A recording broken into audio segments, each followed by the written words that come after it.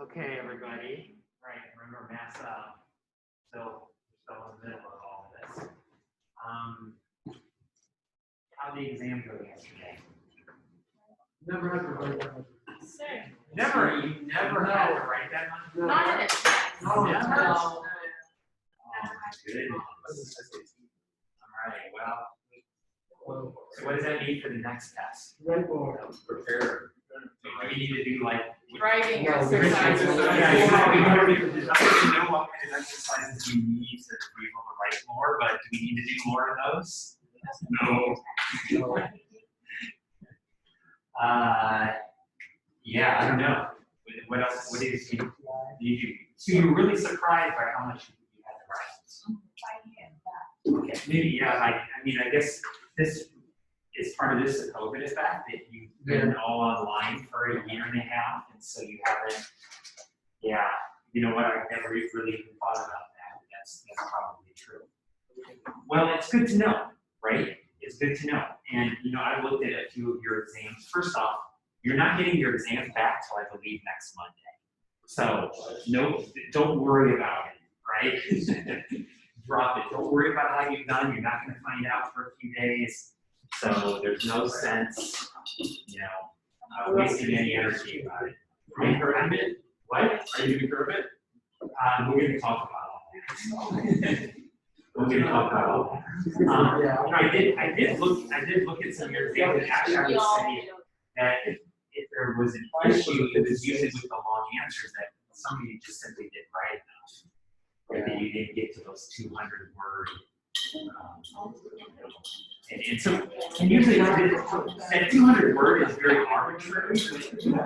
Usually you need to write that much to actually have specific things to say, right? To like bring in specific course material, you really need to kind of write that much. So, yeah, that makes a little bit more sense, right? If you guys are all having hand cramps, then it makes a little bit more sense of you who didn't write maybe quite as much as you want. Yeah, anyway, well, we did it. You guys have taken your first college exam, and yeah, like I said, don't expect to get any immediate feedback on this. This is one of the areas where like this common course is kind of crazy. We want to hand it back to everybody. One of the things you will learn here at Cornell is that for some professors, when you take an exam, they will grade it that night. That's me. And then other professors, when you take an exam, it takes them a week, right? And still they're accustomed to do it. Professors are just like college students. Some of them are very on the ball, and some of them are procrastinators, right? So yeah. So anyway, we want to hand them all back at the same time, and so that's why you're not going to for a few days. Right? So, but you will get them back, right? You will get it back, and we'll talk about them. But hopefully, nobody was too very traumatized by their first college exam this year. Speaking of grading, you all have your time log assignment for me. I will do that. I submitted it on Google. Okay. In the future, I would prefer to have it in paper just to keep your sure. If you have the time, I'll have you take it. If you don't worry. I submitted the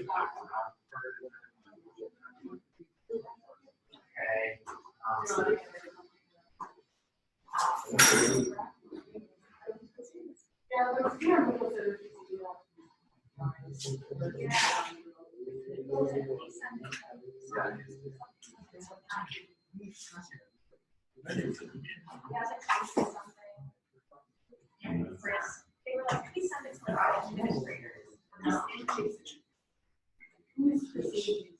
Okay, that's a new one on me.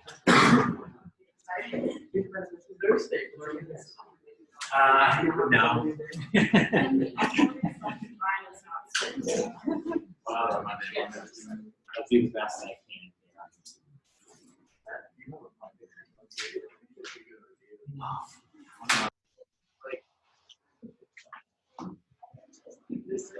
Oh, right. I'll do the best I can. Okay, thank you.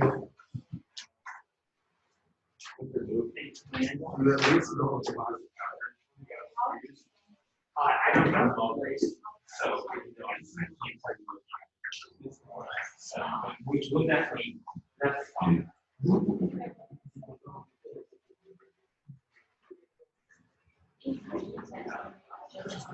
All right, I got everybody's. All right, I will try to make heads or tail out of that big pile of paper.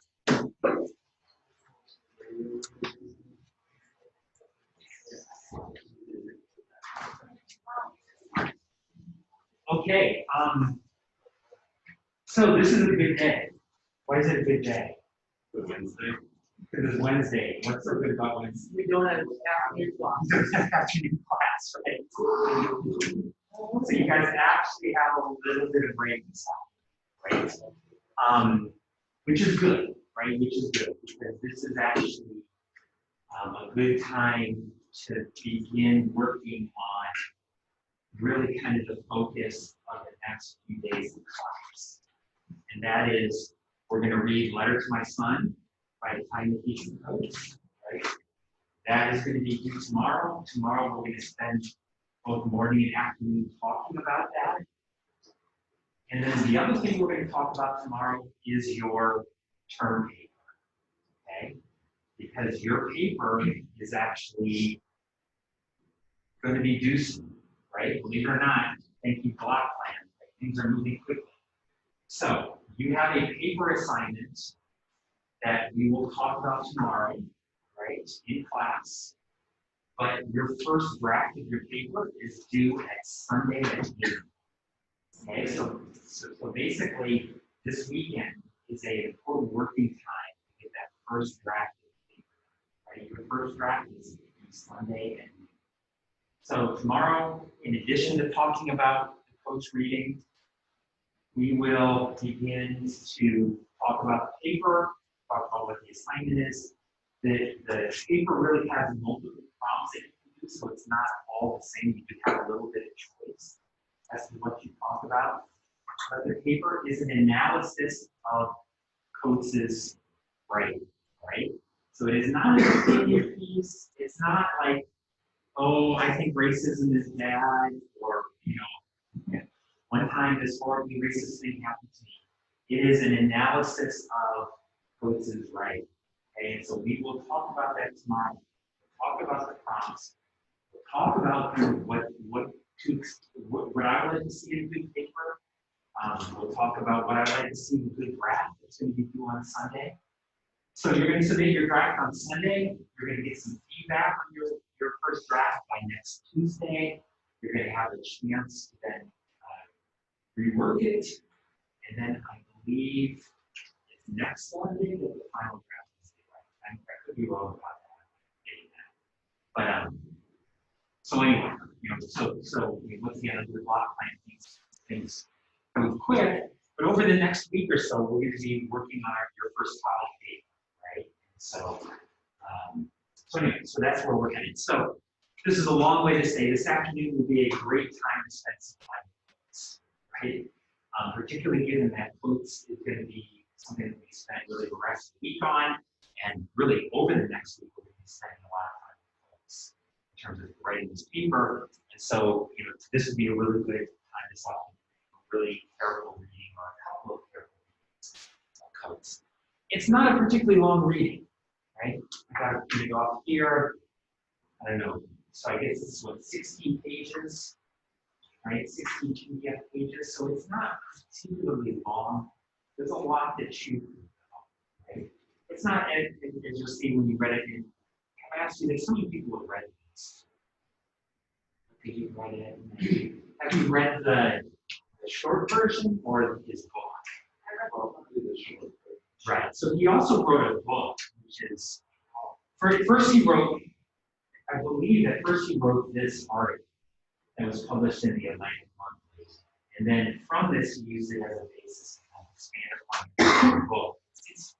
It's a shorter book, right? It's not a particularly long book. So, but we're not reading the entire book, we're just reading this kind of 16-page article.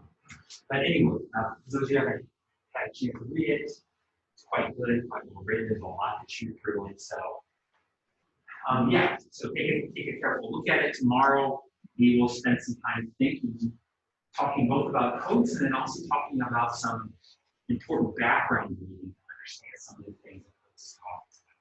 Okay. So that's where we're headed here tomorrow. So, where are we going here overall in class? Well, we're going to talk about codes, right? Codes is talking about racism in American society, right? It's a difficult topic. It's a difficult topic to talk about, particularly today, right? When talking about these kind of topics has gotten more charged. After we talk about codes, next week, toward the end of next week, we're going to be talking about the novel that we're doing in this class, Fun Home. Fun Home has its own set of challenging topics, right? Well, race is not at the forefront of Fun Home.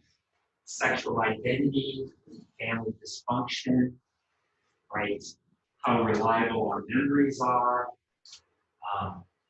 All of these kind of questions get raised in Fun Home, which are also in their own way difficult.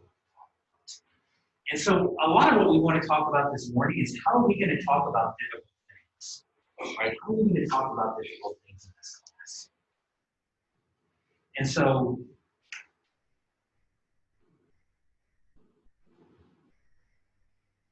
right, a lot of what we're going to talk about this morning is civil discourse, right? How to talk about difficult topics and how to share ideas related to difficult topics. Before we jump into this, let me say that your reading for today was from Make It Stick. We're not going to talk about that. Okay? We will talk about it, right? We will talk about it, I believe, on Monday. But for Monday, you have other readings. This was kind of our way of breaking up things, so you didn't have so many readings to do over the weekend, so you can focus on your paper. We will come back and talk about the readings from Make It Stick, so we're just not going to do it today. So I just thought I'd throw that out there so that nobody thinks I just forgot to talk about it, right? We will talk about Make It Stick, as I said, I believe on Monday. So, civil discourse. One aspect, when people think about civil discourse and how we're going to talk to each other, a lot of people immediately say, oh, the First Amendment tells us how we should talk to each other. Right? The First Amendment tells us how we should talk. So as a little assignment to kind of get our brains working here, if you have a piece of paper, if you write down what the First Amendment means, not literally word for word, but what is your kind of take on the First Amendment, right? What are the key ideas within the First Amendment? See if you can write those down.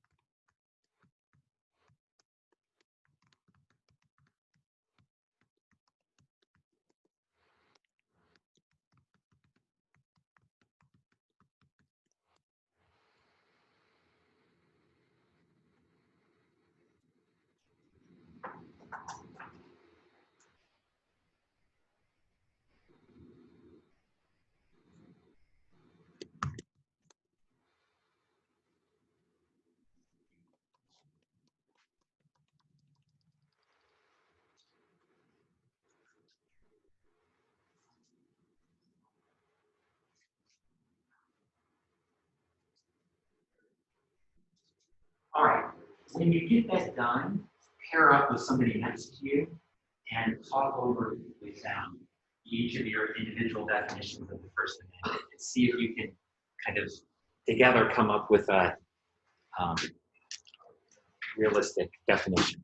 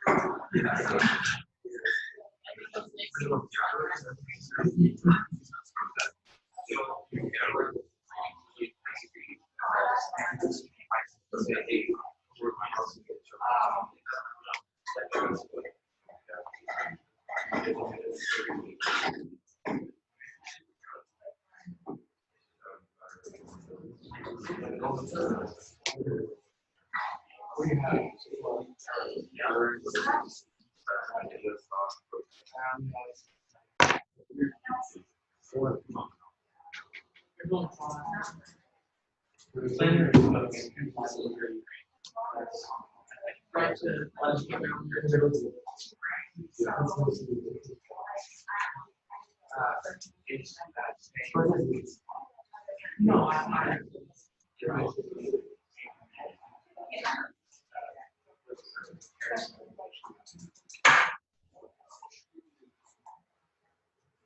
That's not like.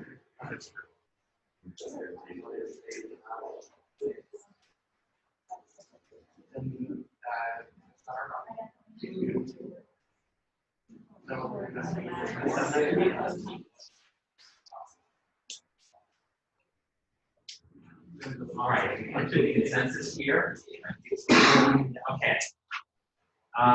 Give me some of the key aspects of the First Amendment.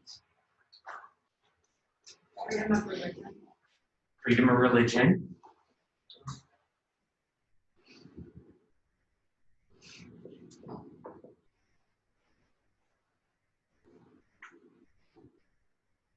Is that in the First Amendment? Yeah.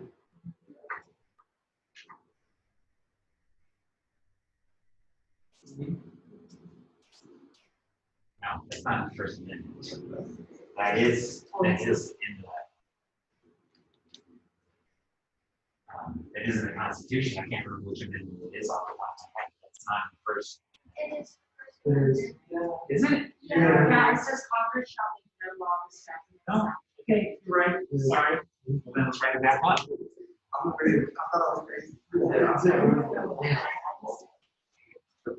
Okay, so the very carefully outlined. What else? Assembly.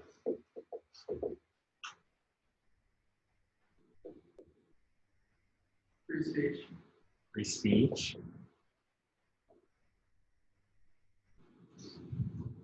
Okay, well, that wasn't good. Freedom of press. Free press.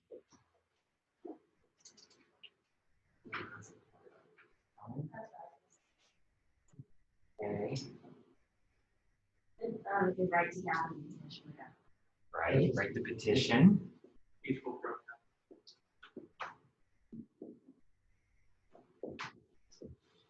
We'll include this up here with assembly.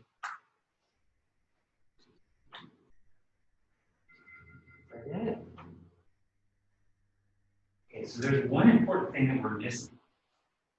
Who does this apply to? Citizens. Well, actually, anybody now. Who is restricted by the First Amendment? Prisoners. Who does the First Amendment apply to? Citizens.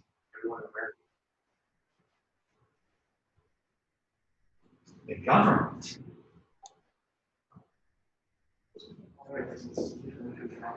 This applies to the government, right? So it says Congress shall make no law respecting an establishment of religion or exercise thereof or religion speech, blah, blah, blah, and petition the government. This applies to the government. Right? If you tell me that the Browns are not going to the Super Bowl, and I tell you to shut up, am I restricting your First Amendment rights? No, I'm not the government, right? Now, I would be not being engaged in civil discourse, right? But yeah, if I tell you I don't want to hear it, that's not abridging your First Amendment rights. First Amendment refers to the government, right? First Amendment refers to the government, right? Our Constitution basically limits the range of things that the government can do, right? That the government can do. And so that's a really important part of this, right? Is that the First Amendment only really applies to the government, right? And of course, government agents, right? So, if Cornell says that we're not going to, on this campus, we're not going to say anything bad about Iowa, right? And everything here has to be that the weather is lovely in Iowa, Iowa's the most beautiful place in the world. Is Cornell restricting your First Amendment rights? What if they do though, because this private institution receives federal funding, therefore they have to abide by federal laws, so technically it's a government institution. Right, yeah, I mean, that's not, but listen, by that standard, you're the government, right? That's not, Cornell is not the government, it is a private institution. Now, it's true, the government could try to influence what Cornell does by possibly taking away government money. This is this whole, for those of you who follow it, the whole mass thing, right? Which is a real, I'm going to express my free speech here, a real crock of shit, right? Our governor has said you cannot impose a mask mandate, right?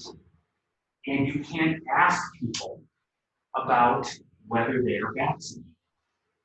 And so Cornell does not ask people whether they're vaccinated. Why? Not because Cornell is really worried about violating students' free speech.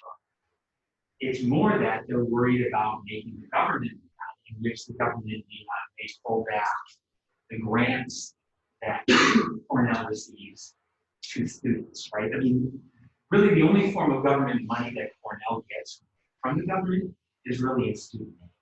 And so that's what Cornell's worried about, that conceivably the state could pull back student aid to Cornell students, which would and then eventually hurt Cornell, right?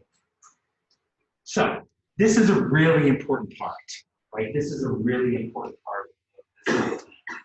So let me read you a couple of examples. Here's some sample scenarios that help us kind of think about the First Amendment. So let me read these and we'll kind of talk about them together. You tell me if this violates the First Amendment, and then you tell me if this violates civil discourse. Right? We haven't talked about civil discourse, but we will here in a minute. But based on your general understanding of civil discourse, you think this violates civil discourse. Okay. First off, during class discussion on U.S. immigration policy, a student in the class states, I believe we should limit the number of H-1B visas the U.S. government awards to 50,000 a year. After hearing this first student out, another student shared her story of her family's immigrant experience. A third student shared a statistic about the impact that H-1B visa holders have on the U.S. economy. Following this, the professor tells the class it's time to move on, even though several students are waiting to comment. Is that violating anybody's First Amendment? No, it's a professor, right? Is an example of civil discourse? Yeah, I mean, I guess I would say no, because civil discourse doesn't mean that everybody has to say everything they want, right? So, yeah, we don't. I don't consider that to be a part of civil discourse. At some point, it is appropriate to say, okay, we said some things, we haven't said everything that needs to be said, but we're gonna move on. Okay, here's something a little bit more controversial, flag burning. A protest against U.S. foreign policy happens at the University of Iowa, and a group burns a U.S. flag on campus. A crowd gathers to boo the protesters, who silently continue with their protest, refusing to acknowledge their practice. Someone calls the police, although the students had previously applied for and received all the permits. Campus police stopped the demonstration and arrested the event organizers for desecration of the flag. Is that going to be a violation of the First Amendment rights? Yeah, and the Supreme Court has essentially ruled that, right? That burning the flag is free speech. Is an example of civil discourse. I don't think so, right? I mean, when you burn a flag, it's a very in-your-face kind of thing, right? Because you know it's going to offend. Speech that has a purposeful intent of offending somebody is not going to be civil discourse. At least not in this case, right? It's not going to be civil discourse. A group of college friends decided to hold a flag retirement ceremony. They set up a chimenea in front of their dorm and burned some old tattered flags. Unfortunately, they haven't experienced with this sort of fire. It begins to burn out of control. This one funny. Campus fire department has to put out the fire, and campus police fine them for violating campus fire safety regulations. That's not against. Yeah, that's not against first speech, and it's not against civil discourse. It is against. I mean,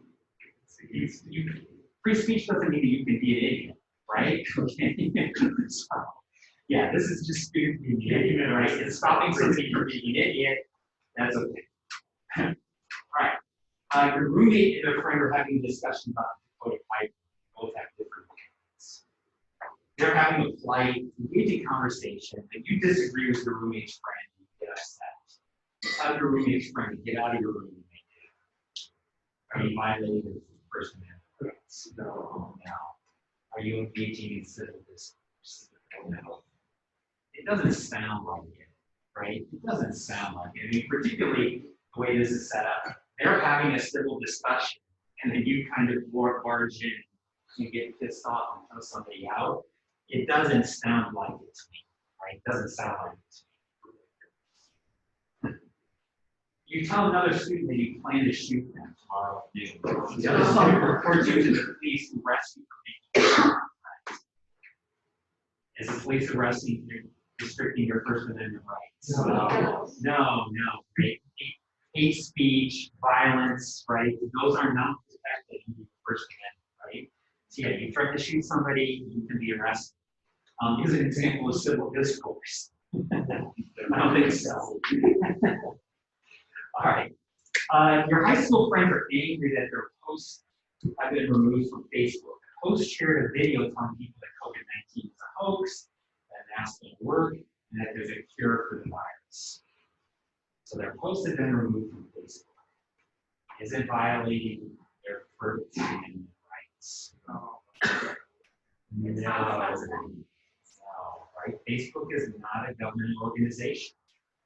And so Facebook has the right to regulate speech on its site. Now, of course, this is a very controversial issue, right? Because many people are arguing that social media has gotten so large, right, that it essentially has become a social institution. And maybe government should have the right, or maybe shouldn't have the right to stop these things. But right now, the current state of the law is that, yeah, Facebook, Twitter, Instagram, they have the right to regulate your speech. They're not a government institution.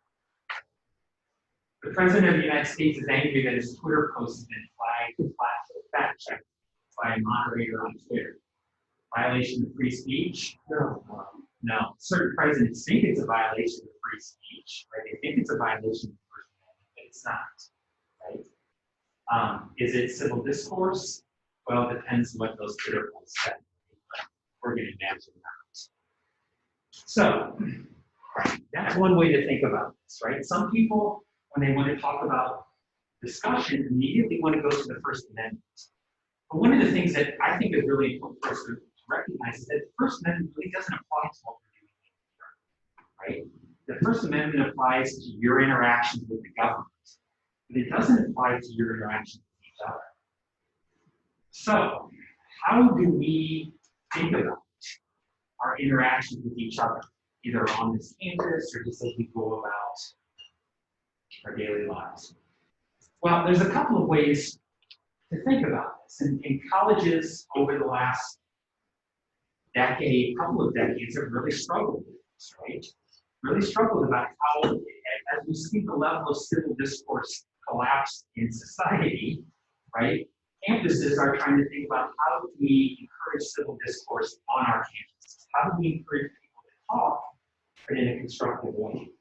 And so one of the things that you were supposed to read today was both the University of Chicago's statement on freedom of expression, and then Cornell College's freedom of expression and civil discourse. And so let's talk about these for a minute.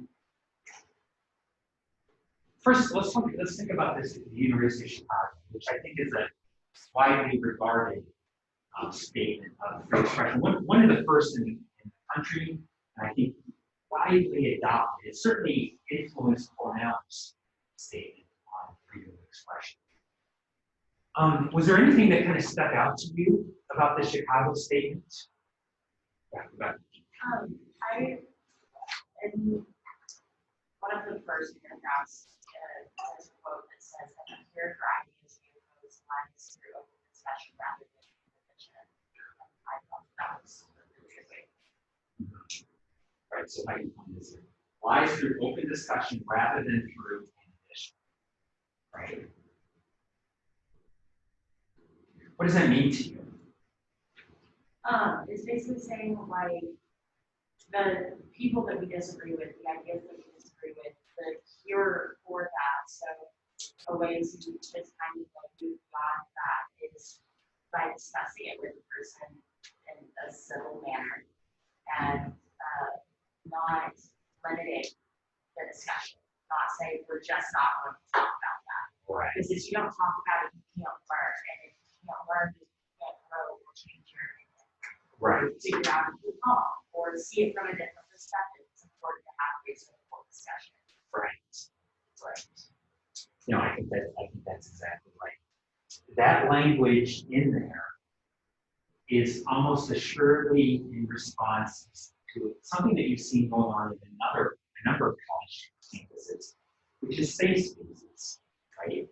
Safe spaces, I think you can understand the intention of safe spaces, right? It's to give people a place where basically they won't have to constantly deal with the anxiety and stress of dealing with people who have different opinions or who it might get threatened by. I mean, those people threaten those people express their opinions.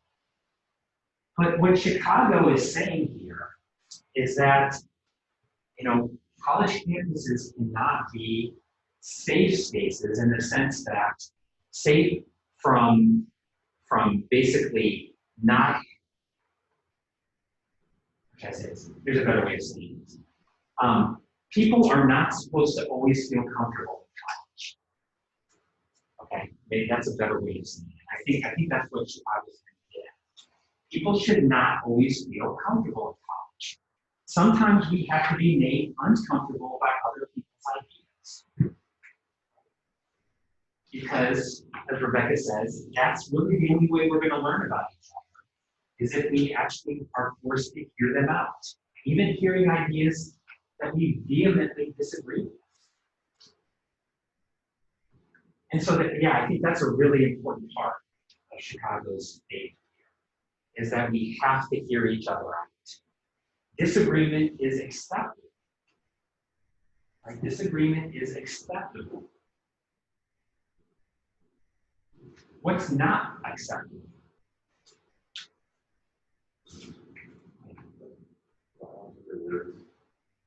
Like violence through words. Using violent words, absolutely not acceptable. Hate speech. Hate speech, absolutely not acceptable. There's also like interruption or like right? Preventing people from speaking, right? Or talking over them, right? Or, right, mansplaining, or whatever, whatever happens to be happening. Yes.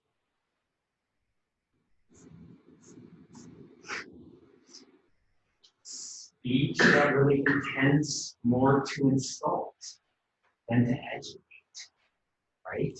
When we begin to use words that are intended to insult, then we're really not being engaged in an academic discussion, right? People who don't get vaccines, well, they don't get vaccines, they're just stupid. Okay, that's not an attempt at civil discussion, right? That is essentially an attempt to write somebody off, right? It's an attempt to write somebody off. Tone of voice, facial attitude. Sure. Sarcasm. Yeah, absolutely. Right, absolutely. Tone of voice, all those kind of nonverbal ways that we communicate with each other, right? Even in everyday life, like standing too close to somebody, right? I mean, these kind of nonverbal ways of intimidating somebody. Absolutely, right? Things that we don't, that the University of Chicago doesn't want us to do, and that we don't want us to do. So let's move on to Cornell's statement.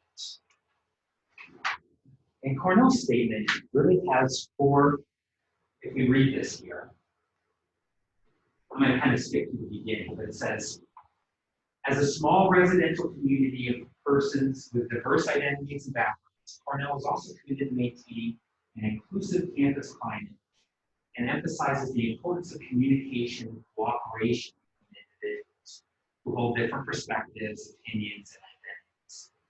Civil discourse refers to the inherent responsibility of individuals to engage respectfully with the intent of fostering understanding.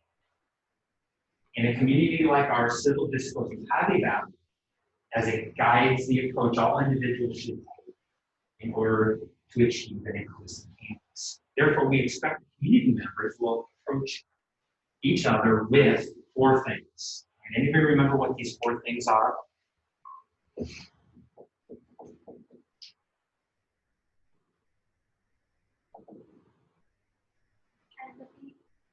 Empathy.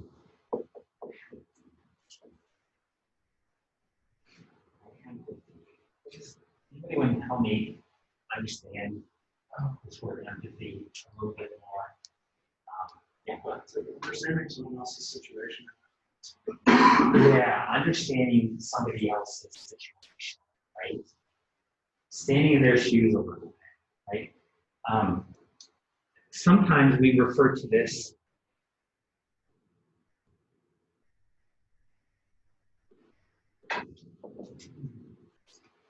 as perspective.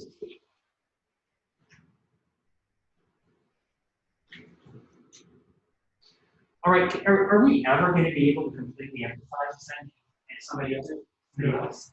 No, we don't understand everything about their life, right? We don't have perfect understanding of what's going on. But the attempt to perspective, right? The attempt to take their perspective is something that we would expect to see in civil discourse, right? We may not be able to do it perfectly. We might do it awkwardly, right? But to attempt that is one of the things that we would like to see when we talk to each other. What else? What's the intention to understand. intention to understand?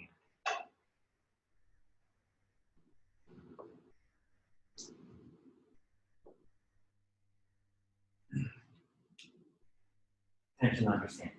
So to use my example here for a couple of minutes, it's one of the things that I've heard. Quite honestly, I'll tell you, it's one of the things I heard around the social circles that I'm in. Is I'll hear people all the time say, I can't believe we're going through this COVID stuff. It's because people won't get vaccinated. I'm so tired of these stupid people, right? Calling somebody stupid, there is no intention to understand what's going on, right? There is no intention to understand their perspective. And so, of course, when you start a conversation with somebody and you call them stupid, you're really You're really ending all opportunity for you to understand them, but importantly, you're ending all opportunity for them to understand you, right? You have to try to understand somebody else if they're going to try to understand you. So if you believe that getting the vaccine is really important and you're going to try to convince somebody, you're going to have to try to first, cross some of that bridge yourself by understanding them, if you're going to ask them to meet you in the middle and understand you, right? And so that intention to understand, once again, it may not be perfect, right? It may not be perfect, but it's got to be a part of any sort of civil discourse. What next?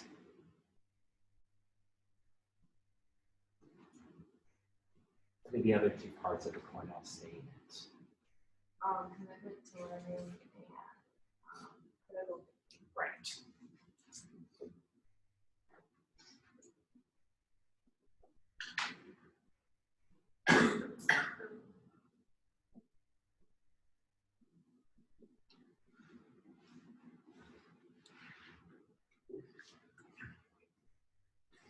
So we have to approach our discussions with the intent to learn. But learning also means thinking critically.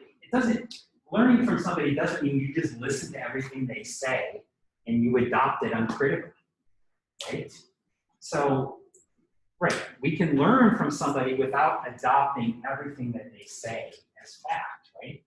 So to engage in them with to engage their ideas as opposed to just insulting them, right, is an important part.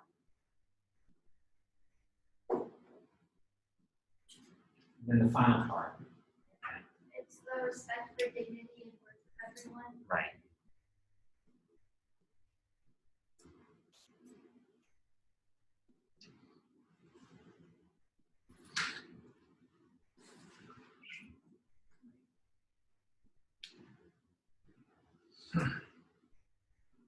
Everybody has dignity, everybody has worth.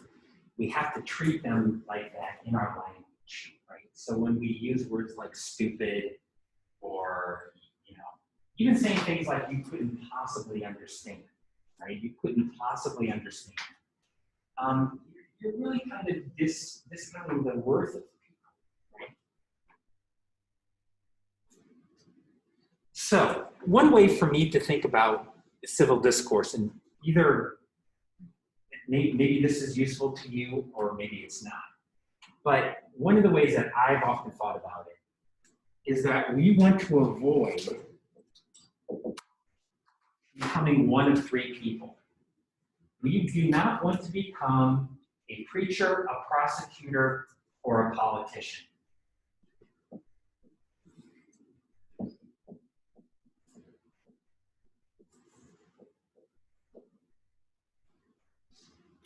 Those are roles that we do not want to fall into if we're going to be engaged in civil discourse.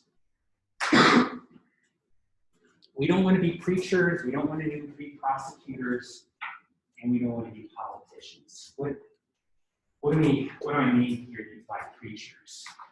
What's a preacher going to do? talk at you and not discuss anything. Exactly. The preacher knows what they think. They're just going to talk at you. Yeah, like kind of force their opinion onto you. Right. And probably not give you much of a break to say anything in return. Yes.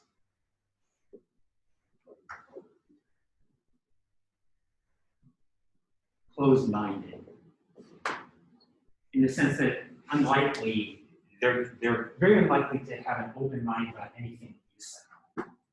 Right? So we don't want to be a preacher.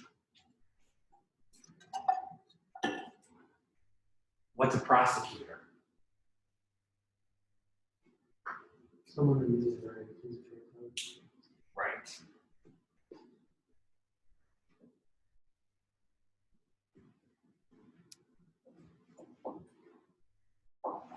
You're just trying to prove you wrong.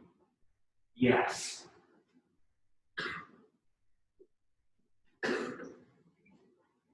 Notice that we call this civil discourse.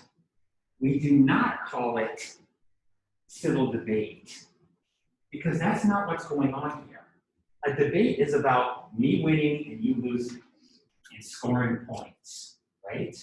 So I'm going to prove you wrong. I'm going to make a better argument than you.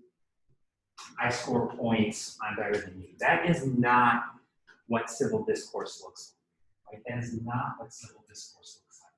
And so we don't want to get into this prosecutor thing, right? On the flip side, we don't want to be the politician. What do you think of the politician?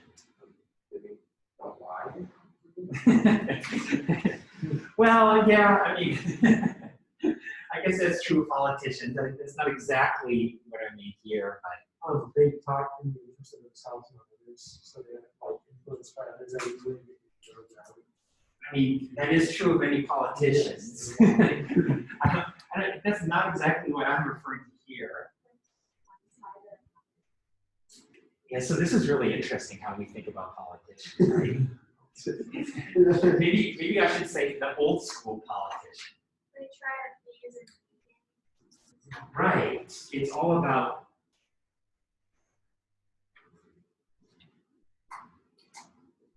pleasing everyone, right? Of course, politicians nowadays are less interested in this. Maybe I need to think of a new word here. But pleasing everyone, being the mediator.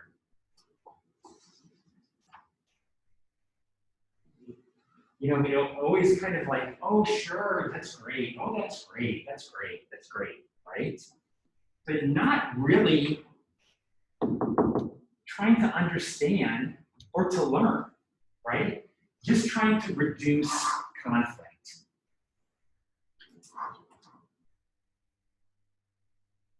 I mean, listen, I'm not saying that trying to reduce disagreement is a bad thing. That's a good thing. But when it becomes the only role that you serve in a discourse, it's not good. If the only role you're playing in a discourse is to reduce disagreement, you're probably not really constructively adding to the talk. You're not being constructive, right, in most cases. So yeah, you know, sometimes civil discourse does mean that you're gonna have to make somebody feel uncomfortable, right? In the sense that you might have to share with them your perspective, which is much different than their perspective. Right? So we don't want to be the kind of politician where you hear somebody say something that is offensive or wrong to you, and then you just say, oh, okay. Well, that's your opinion, right? Right? And that, of course, is a lot of what often goes on in I would say, not very good discourse. If somebody says, that's your opinion. That's it. That's your opinion. Okay? I have my own. That's really not creating any space for learning, right? Not to say I understand your opinion, but I have a different perspective. Right? That's a civil discourse approach to it. But to say that's just your opinion, period, that's not really discourse. Right? That's not really discourse. To kind of maybe think about this, real quick, I erase this.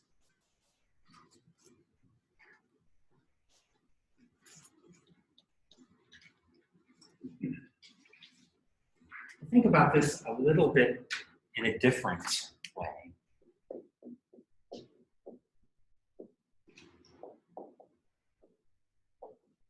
Let's see if we can be really clear, or try to be really clear about the difference between dialogue and debate. Right? So, can you throw out some words that might be appropriate to think about when you're thinking about a dialogue? What would be the antonym when you think about debate? I would say, like, I just know that generally debates about double content and stuff like that. Dialogue can be just about understanding and perspectives, so I guess that would be. Right. So if I can rephrase this, Quinn. It's about competition, right? Rebuttal, scoring points. Oh, wrong way. Sorry.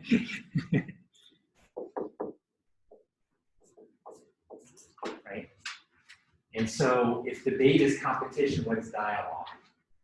Understanding. Understanding.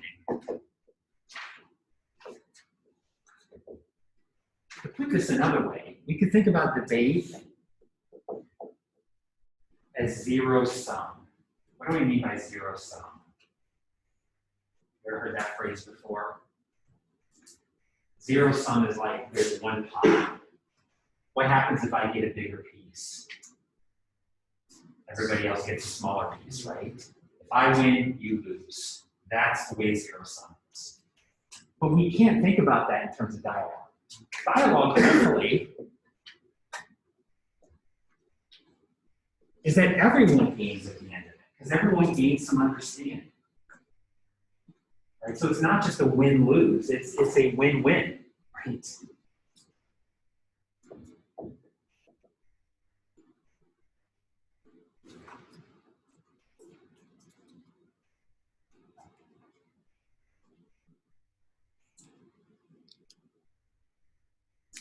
What might be something else that's different about debate or dialogue? I feel like dialogue is more like free flowing and like discussion and debate is normally more like structured and more maybe formal.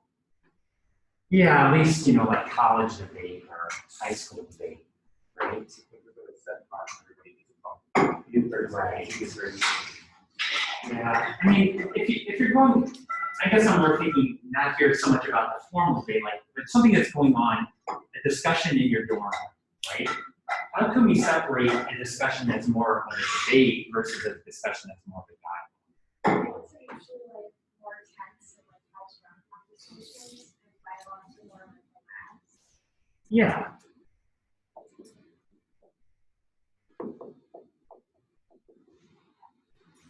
I think in general that's true, right? It's hard to learn when you're tense. This can go back to thinking fast, thinking slow, right? What happens when we're tense and we're anxious? It's that much harder for us to turn on our system to brain. Ooh, that's a good way. Which one are you using your system to brain? Right? You're trying to understand when you're engaged in a dialogue. In a debate, oftentimes you're reacting. You're reacting. Right? Somebody says something you disagree with and you go off on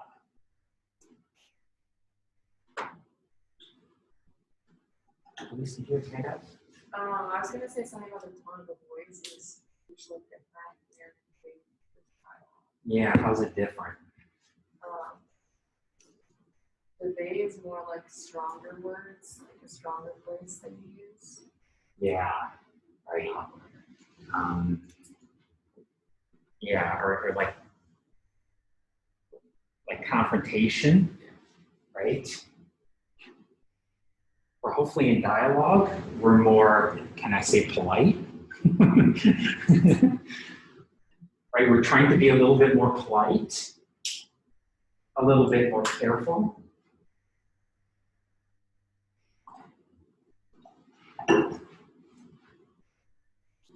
Which one assumes that there's a right answer and a wrong answer? Debate.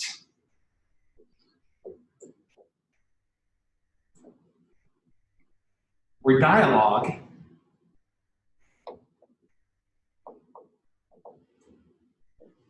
is hopefully going to understand that there are shades of gray here. Right? That there is not just a simple right answer, but there's a lot of complexity. Right? There's a lot of complexity. Like it's a maybe better word, better way of saying shades of gray. But there's a lot of complexity.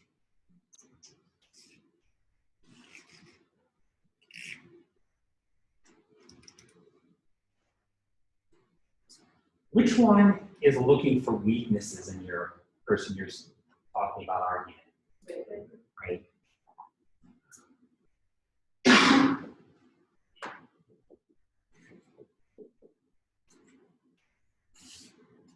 Right? In debate, you're looking for weakness and you're looking for places to disagree, what's more likely to be happening in a dialogue?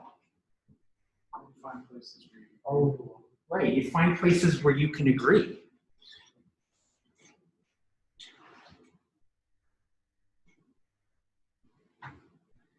I agree with you that X, right?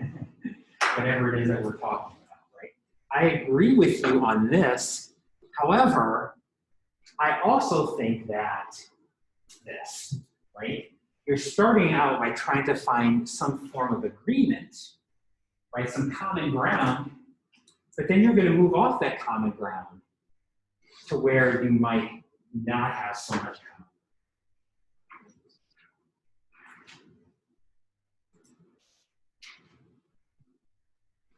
Which one's going to have a conclusion?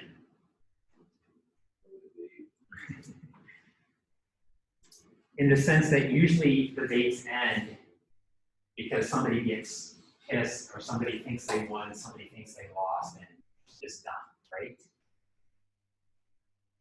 Good dialogues, hopefully, are more open-ended. Doesn't mean that they don't end, but you're leaving open the possibility of more discussion, right? You're leaving open the possibility of more discussion.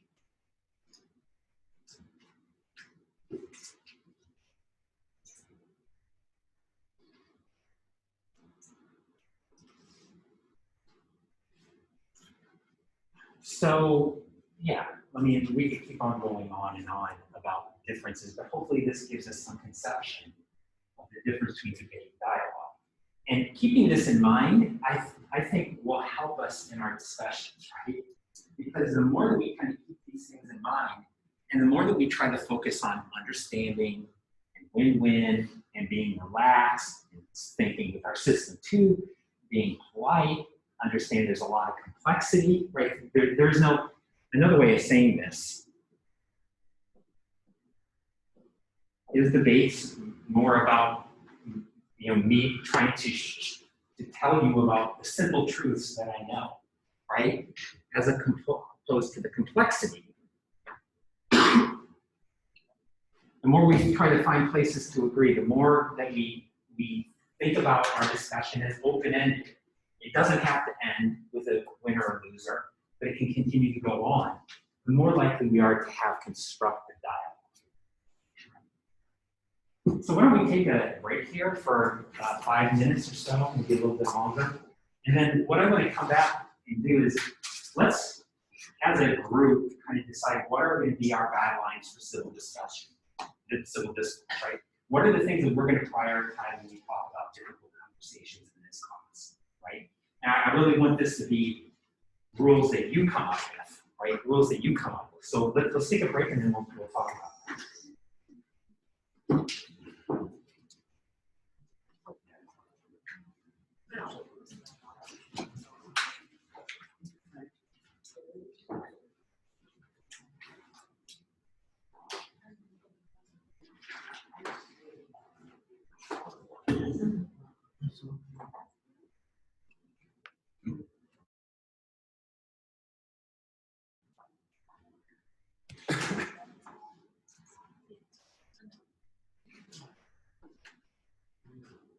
Here we go.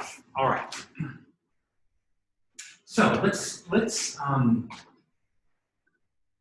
talk for a few minutes and kind of as a class decide what's going to be our norms for civil discussion in our class.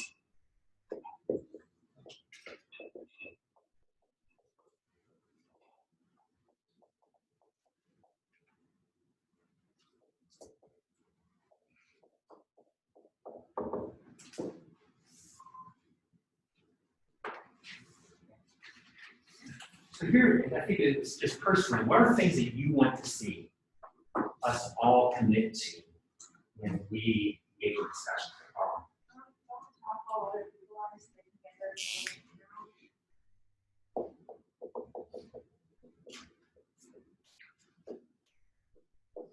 We agree? Yeah, that seems like it would be a really good practice. Rebecca, you your hand up. Yeah, I know that the said this, that I think it's like the most important point is empathy. Trying to understand someone's perspective, where they're coming from, putting yourself in their shoes. I think that's one of the most important human experiences in general, but especially in some of the stories. Right. I agree. Cornell agrees with you, right? This is one of our main points that we want to see. Yes. But also have the first one, don't talk for too long, and then other people do.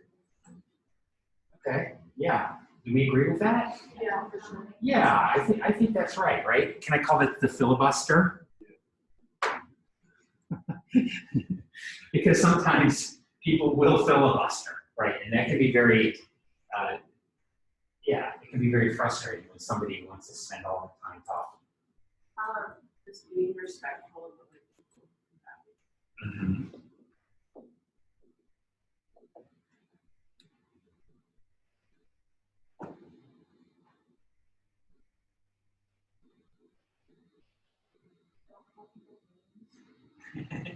Yeah. I would agree with that. I think it's important to know that even if things do get a little tense, it's good to have certain conversations sometimes. Mm-hmm. So just because things get a little uncomfortable, we shouldn't like shut it down and say like we can't have this tense conversation. Right. Do y'all agree with that? Yeah, are we willing to accept a little tension? A little bit, right? I mean, I don't think we want to let it get out of control, but a little tension is good. Exactly. Yeah, it's like not having to be mediated. Right. We don't want to do the politician, which is like, oh yeah, we're just going to smooth over anything that is uncomfortable that I don't want to talk.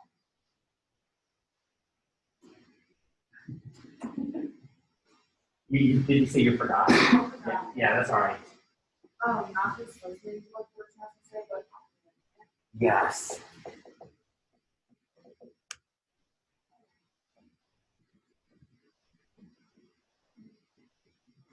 I'm glad you mentioned that because that was definitely one thing I wanted to see up here. It's one thing to say, well, we're going to let everybody talk, but if you're not actually going to try to listen, right? Listen, this is hard. Okay, I will absolutely admit to this problem. That when I'm in a discussion with somebody, what's the primary thing in my mind? What I'm going to say next. Oh, I got a good one, right? Oh, I can't wait till I say this, right? We get so focused on what we're going to say next, and we don't really listen a lot. We don't really listen.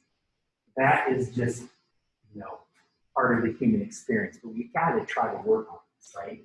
You got to try to listen, right? And it's hard, right? It is hard, and we will be imperfect at it. like based off that, like building off of people saying like you can't just like every person that talks brings up a separate issue or we don't really like talk about things. We just kind of talk about a ton of different things but don't really dive into anything. Right, so we want to get deeper, right? Maybe this is a little bit related to a little tension is good.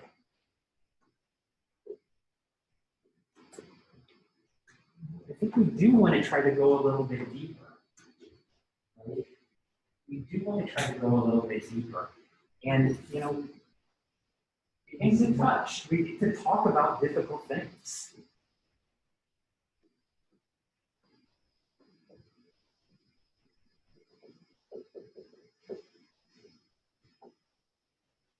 Don't straw man. Excellent. I like that one.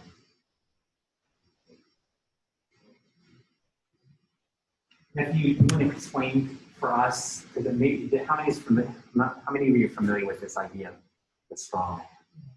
Some of you, but maybe not everybody. What do you mean by going straw man? So it's kind of like where you try to state what the other person is trying to say, but in a like flawed, like not specific way. So you purposely introduce flaws into your opponent's argument so that you can then counter those flaws that you put into their argument. Right. Right. Yeah, right. So let's say we're talking about a difficult conversation such as abortion. And you say, well, if you're for abortion rights, you're really for infanticide. And how can you exist in a civil society when you support murder, right? You're taking kind of an extreme version of their argument and you're setting that up as what you're going to argue against, right? And so you see this a lot in political dialogue, right? Which is more debate, right? Where you really are trying to define for other people what your opponent thinks, right? Instead of letting them say what they think, you tell everybody what they think, and then that's the problem, right? It's really another way of like talking over people. Like you're explaining what other people think as opposed to letting them say what they think.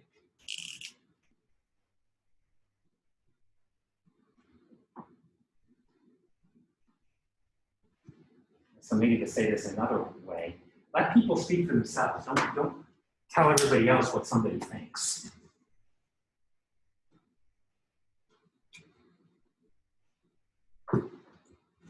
That's the other one, like active representation. If you have like people who are sitting there not saying anything the entire time, even if they might not have anything, just like talk on something else, share an opinion. Right.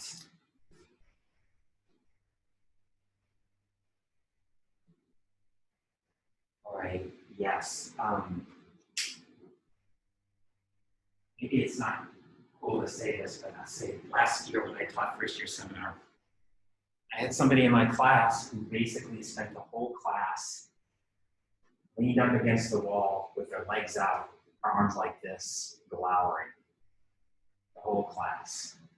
No matter what we talked about, glowering. And it really did chill discussion. Even though this person didn't really say much, he really only talked when I asked him to talk or kind of invited him into the conversation, in which case the person would say just as little as humanly possible to move on. But the act of not engaging was a way of contributing negatively to the conversation, right? It was very clear that he was not comfortable with what we were talking about. He disagreed with much of what we talked about, but he never really expressed it other than through body language and lack of contribution, right? And so I don't expect with our group something like that to happen, which is really great. But, it needs to be aware of, right? That's when he kicks back and holds his arm, right? But it's something to be aware of, right? And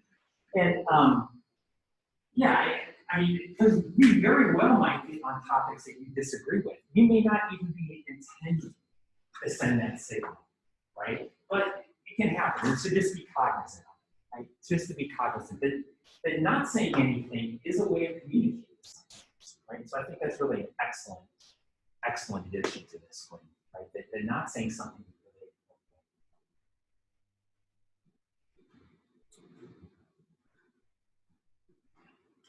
important. What else? Starting off with the listening with intent to understand is just keeping an open mind out. Yes. Yes. I'm just going to add this in here.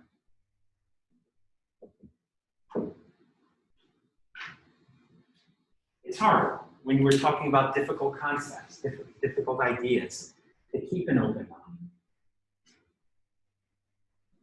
One of the things that our society tells us is that open-minded people are weak. They don't know what they think, right? You hear this all the time in political discourse. Well, an open mind, you know what you think, right? You don't even know what you think. Like coming to court right now is sheep. Oh, you're just following what those people think. You're just sheep, right? Exactly, right? I mean, we might have talked about this example in class, but Dr. Fauci, right, the infectious disease expert, many people criticized him. Why? Way back March of 2020, he said, well, masks didn't really do much. And then there was more data, and he changed his mind. He said masks are an important aspect of controlling for COVID. Many people say, how's he an expert? He doesn't even know what he thinks. He said one thing in March and another thing in September. Well, that's part of what makes him an expert, right? He keeps an open mind, right? He gets new data, right? As the economist John Maynard Keynes once said, Keynes, throughout his career, he's a famous economist, throughout his career, changed his mind many times. And once somebody said, why are you always changing your mind? And Keynes' response was, when I get new facts, I change my mind. What do you do, sir?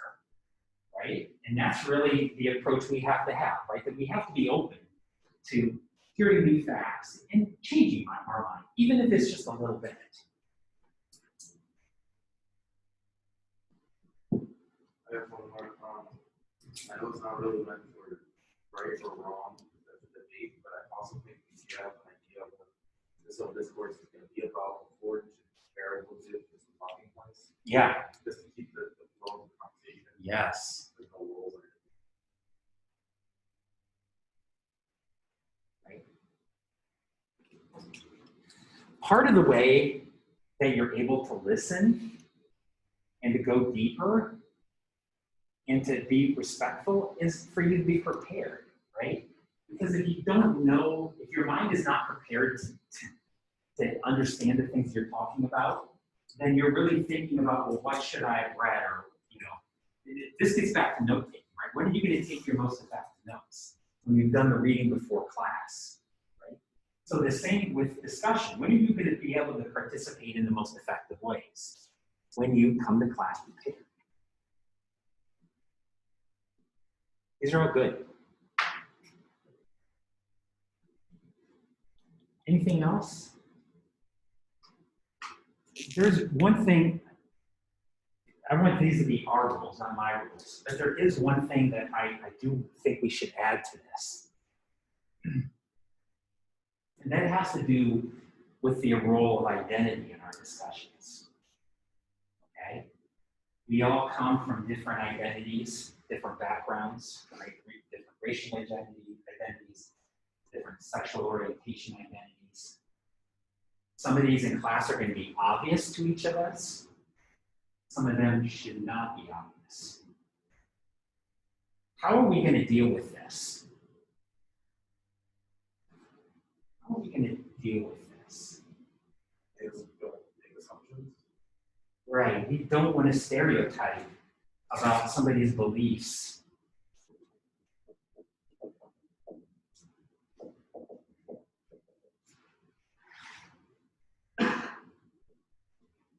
Just because of their sexual identity or how they portray themselves or how they look.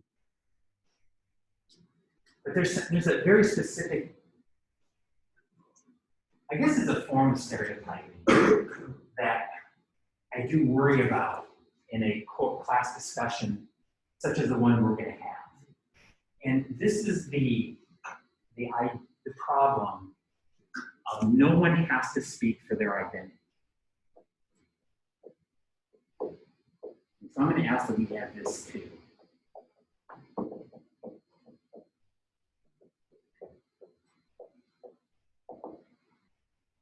Right?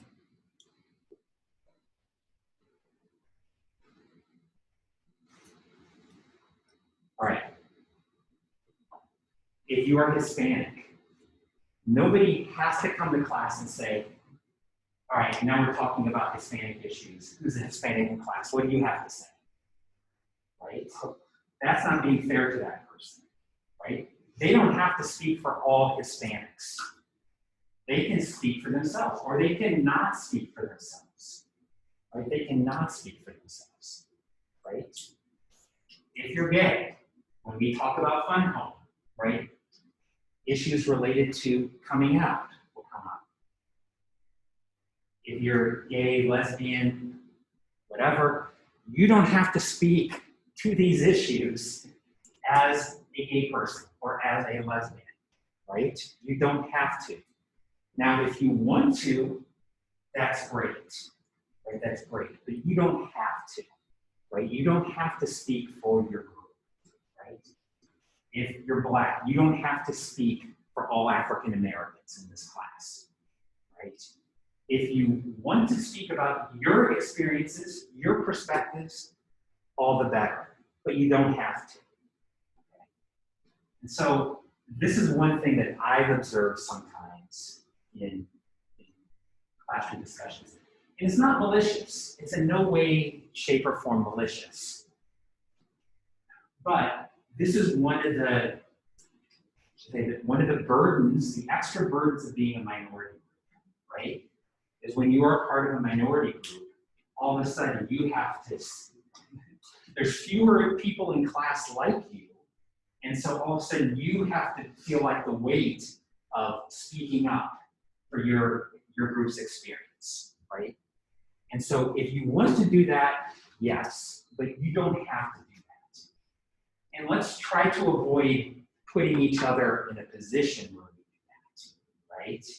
So, you know, if I'm talking about, we're talking about the Hispanic experience, we don't want to look to the person who's Hispanic in class and start talking to them, right? Because, you know, we're really stereotyping them in that way, right? We really are. And it's not intentional, right? You know, it's one of these things about once again, our system 1 and system 2 brains, right? Our system 1 brain is very tribal, right? Even when we don't want it to be, it tends to just become tribal, right? It kind of does an us versus them thing. Even when it's not in a bad way, right? It's just, you know, us them. And so I really would like this to be part of our civil discourses, that we try to keep this in mind and not ask anybody to speak up for what their identity is, regardless of what it is. If you grew up poor, you don't have to speak for what it's like to be poor, right? You don't even have to speak for what it's like to be middle class. You don't have to speak if you're white. You don't have to speak for all white people, right? You don't have to speak for your identity. I think that's really important for us to get to where we want to go in our discussion.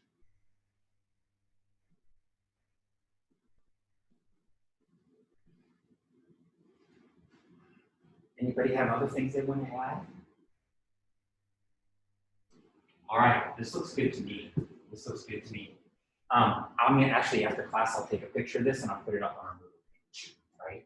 And so we'll have this, right? We will have this to fall back on. If we ever feel that somebody in the class is not living up to the norms that we've established, then let's respectfully, right, say, let's think back, right, let's talk about it, right? If you feel like somebody's disrespecting you or asking you to speak for your identity, or is filibustering, or maybe not showing sufficient amount of empathy, let's say, hey, right, I don't feel like you're living up to the norms for civil discourse that we said in class, right? I think that's a good way, and that's actually a civil way of saying you're not being civil, right? And so let's try to use that here in this class if we can. All right, great. Well, thank you all very much for that. This is really great. Hopefully this will be useful. Okay, so where are we moving to now in the class? So tonight, you have to read Letter to My Son. You'll have a daily discussion or a daily response that you'll have to do. And then I will also try to send you the prompt for the paper. Okay? I'll also hand out paper copies, but I'll send you the prompt so you can read over it so that you can talk about it. But really where we're moving to in the class now is moving towards talking about Tai Nehisi Coates' A Letter to My Son. And so what I would like to do here in the last half hour is I thought we would just read the first few pages together, right? As a way to try to get into it a little bit. And so what I'm going to do is you all have paper copy, if you can all get your paper copy out, read along with me.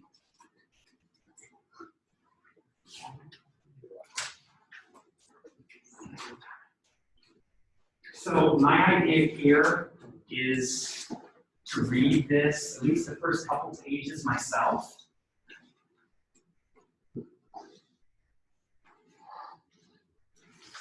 Right.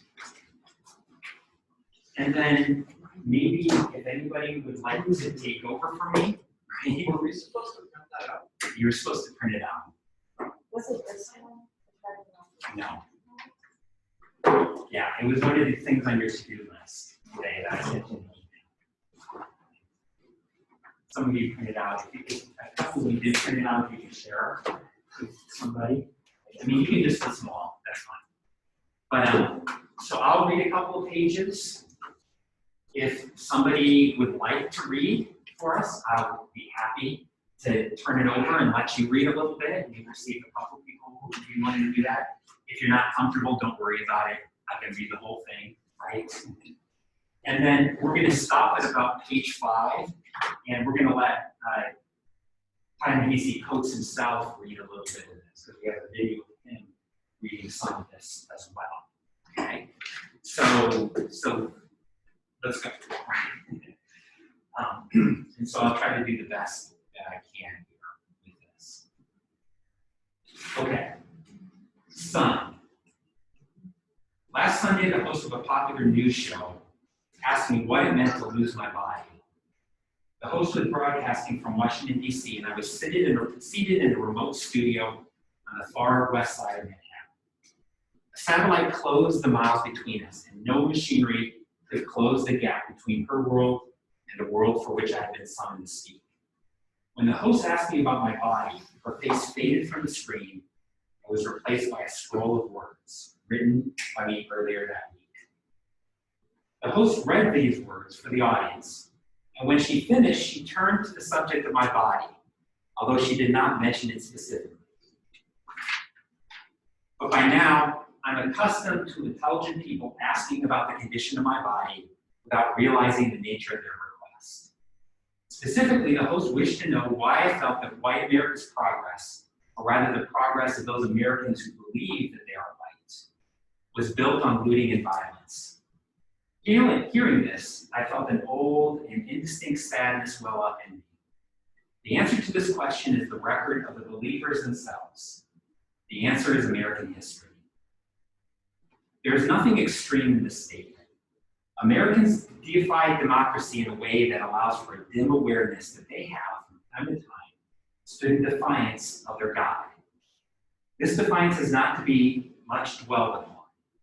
Democracy is a forgiving God, and American heresies, torture, theft, enslavement, are specimens of sin, so common among individuals and nations that none can declare themselves immune. In fact, Americans, in a real sense, have never betrayed their God. When Abraham Lincoln declared in 1863 that the Battle of Gettysburg must ensure a government of the people, by the people, for the people, shall not perish from this earth, he was not merely being aspirational. At the onset of the Civil War, the United States of America had one of the highest rates of suffrage in the world. The question is not whether Lincoln truly meant government of the people, but what our country has, throughout its history, taken the political term people to actually mean. In 1863, it did not mean your mother or your grandmother. It did not mean you or me. As for now, it must be said that the elevation of the belief in being white was not achieved through wine tastings and ice cream socials, but rather through the pillaging of life, liberty, labor, and life. That Sunday on the news show, I tried to explain this as best as I could within the time allotted. But at the end of the segment, the host flashed a widely shared picture of a 12-year-old black boy tearfully hugging a white police officer. Then she asked me about hope, and I knew that I had failed. And I remembered that I had expected to fail. And I wondered again at the indistinct sadness welling up in me. Why exactly was I sad? I came out of the studio and walked for a walk. It was a calm late November day. Families believing themselves white were out in the streets. Infants raised to be white were bundled in strollers.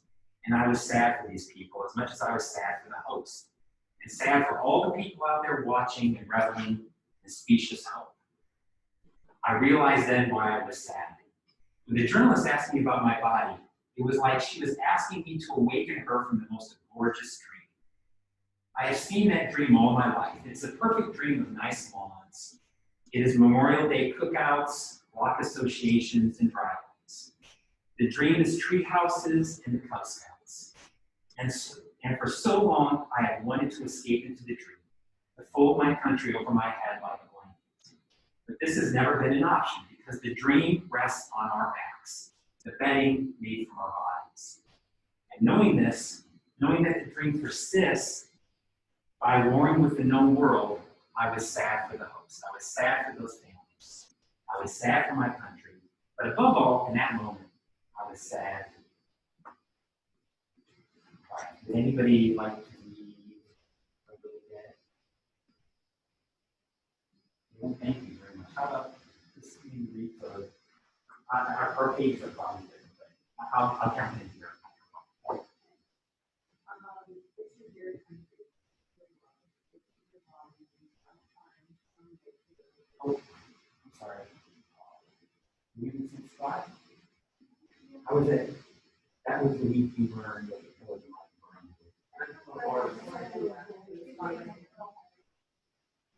Oh, I see. Okay. That was the week you learned of the collision. And then two of us was one in the street. It was not my expectation that anybody would have been it really understood. They had killed 11 PM that night. For the announcement of it. And when he said it was announced that there was one, he said, I love you all. And I didn't come. I didn't come this after. And I didn't come to you. And I didn't come to you because I thought it would be wrong. I did not tell you that it would be okay. Because I was really. What I told you was is what your grandparents had told me. That this is your country. This is your world. This is your life. And my time. I relate to you in the 15th. I tell you, this is the year you saw Eric. You know now that the service browsing shop for help is on proper down for browsing. You're actually ready to drive by and murder. As a younger child who is working down, they do not know it, we did not before.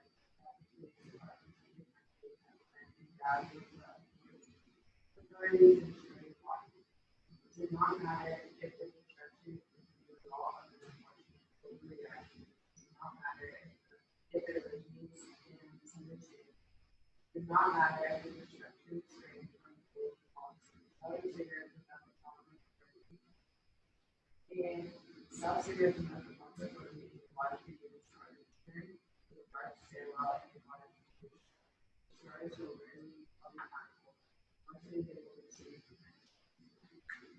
There's nothing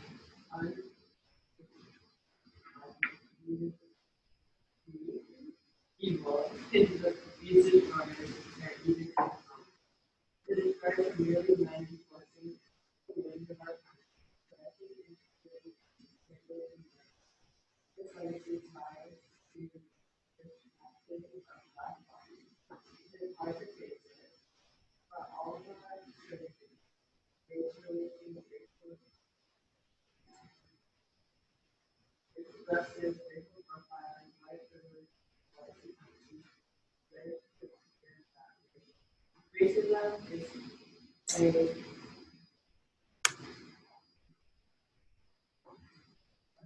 Yes. literal experience that is just like your brain walks away from you must never look away. You must always remember that I'm still one.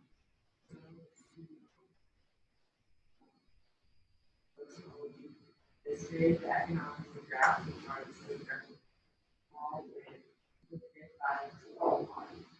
And should want to it and put the water.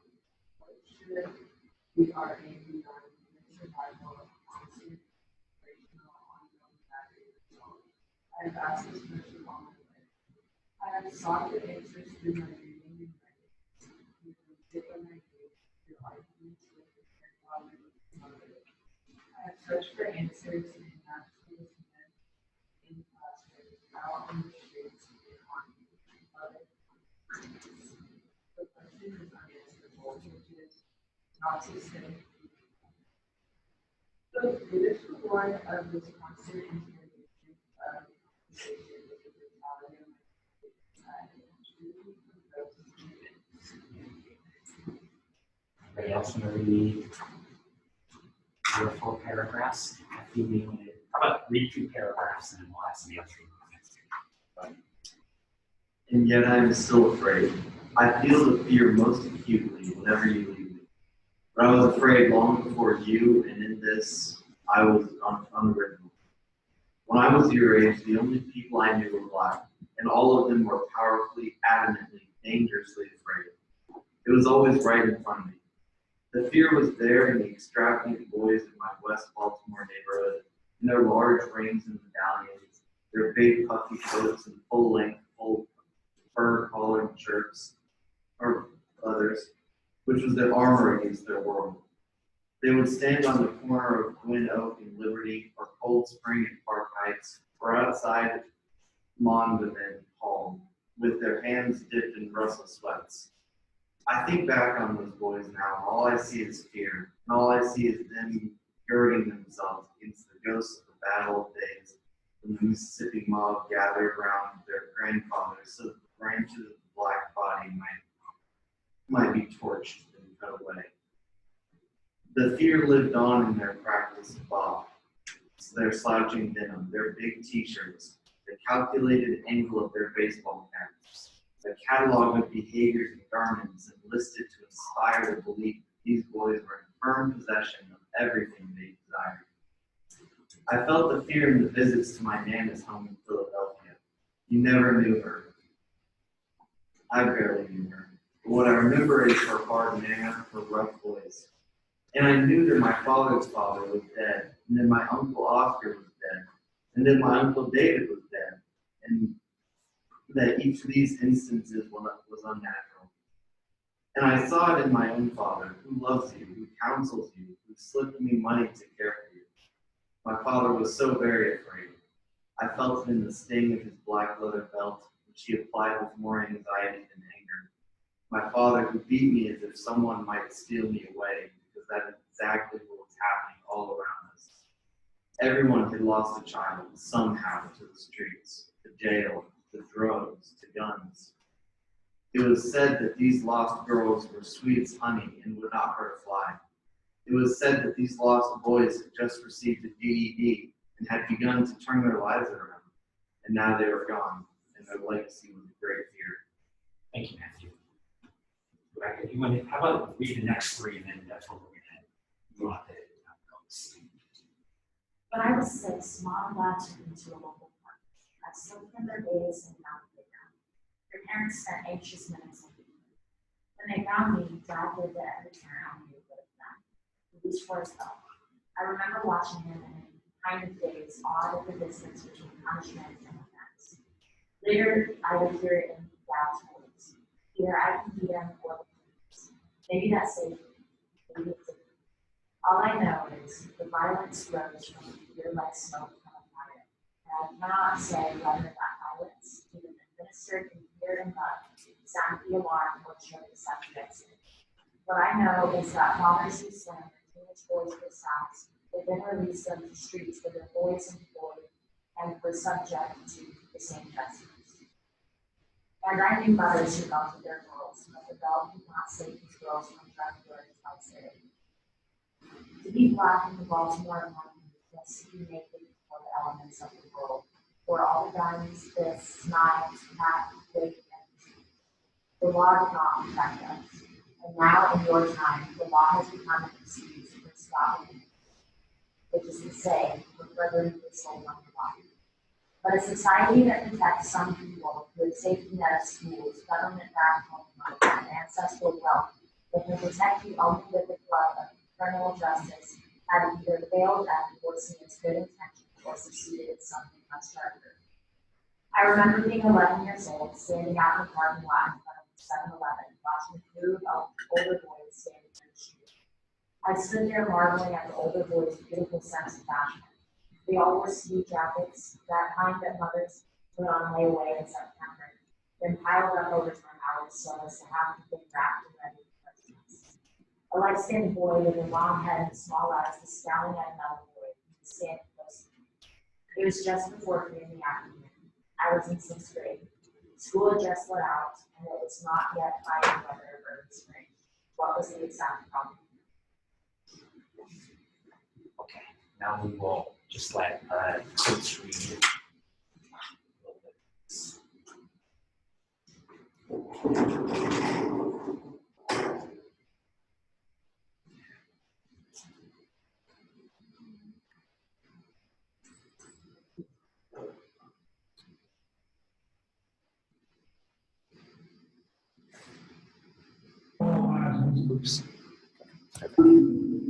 The boy with small eyes was in his ski jacket and pulled out there.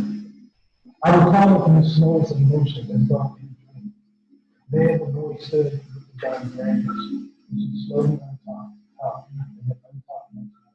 And in his small eye, I saw a certain rage that could instantly erase my body. That was 1986. That year I felt myself to be drowning in the need of murder. I was aware that these murders very often did not land on the intended targets, but fell upon great aunts, PTA mothers, overtime uncles, and innocent children. Fell upon the random and the like great sheets of rain.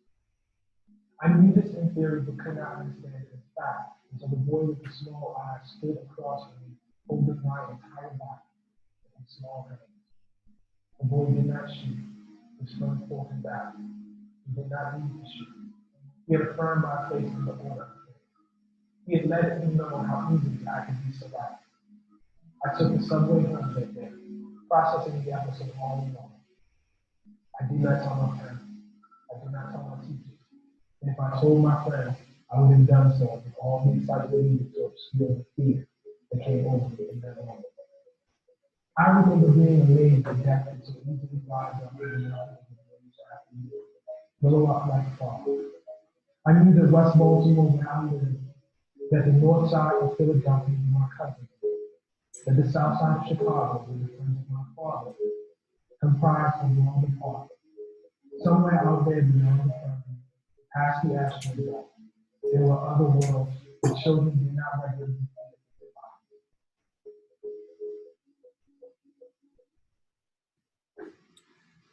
All right. So, yeah, right, this is hard stuff. Hard stuff. One of the reasons we wanted to do this here this morning is to just get us started. So that when you go back this afternoon and start reading it, it will be the second time that you've at least read these first 5 pages. So, as you start reading these first 5 pages, you listen to them once, hopefully just kind of listen, right? But as you begin to read these first 5 pages again this afternoon, I want you to think about reading with 2 minds, right? Reading with 2 minds. You're reading this, but also reading it for kind of retention and understanding, but also reading this critically and analytically. So think about some of these things as we read through this the second time. What's the tone or the voice of this? What's the purpose of this writing? Who's the audience? Right?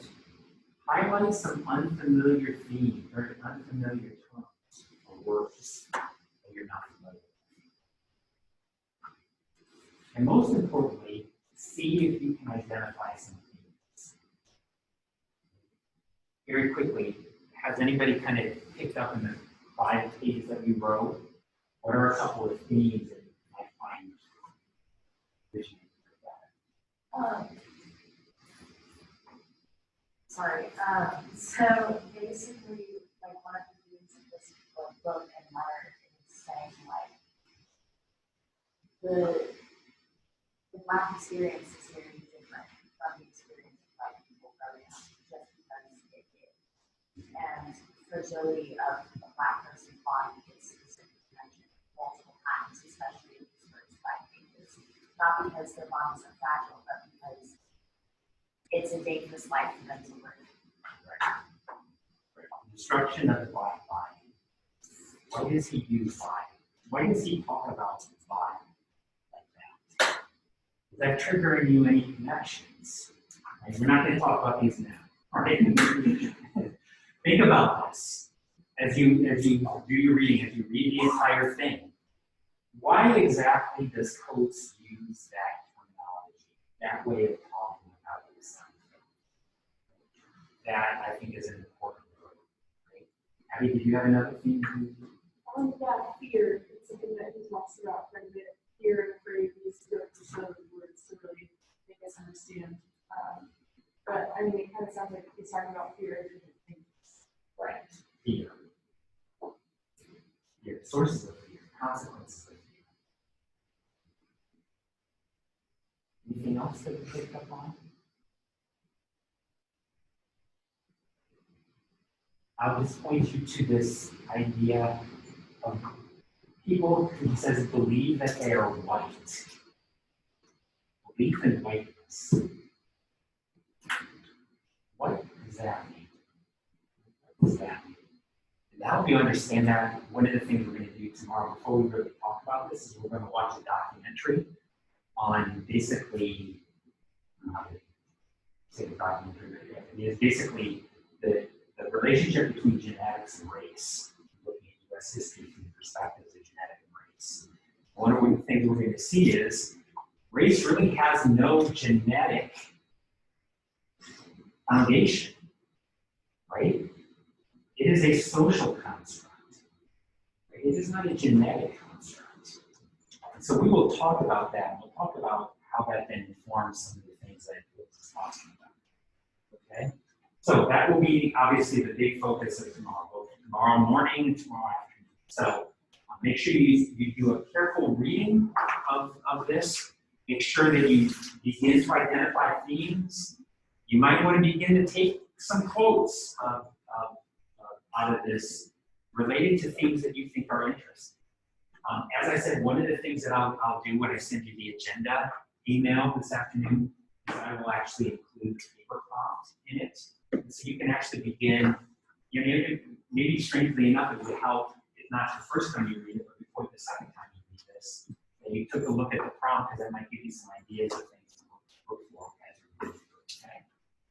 All right. Well, good luck working on that, but also enjoy a little bit of downtime this afternoon. Thank you. Mental health time. And we will see you back here at 9 tomorrow.